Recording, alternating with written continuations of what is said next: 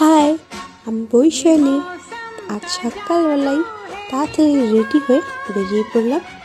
হাঁটা শুরু করে দিয়েছি, পৌঁছে গেলাম মেইন রোডে। দেন আমরা এখন অটোর অপেক্ষা করছি, অটো ধরবো।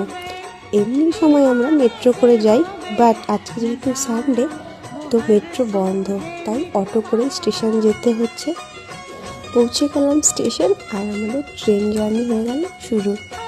তো ট্রেনে টেস্টি খাবার খেতে খেতে তাড়াতাড়ি পৌঁছে যাবো আমাদের ডেস্টিনেশনে। আর আজকে আমাদের ডেস্টিনেশন হলো কাকদ্বীপ। তো দেখো, আজ আমি যাচ্ছি আমার বাবার বাড়ি।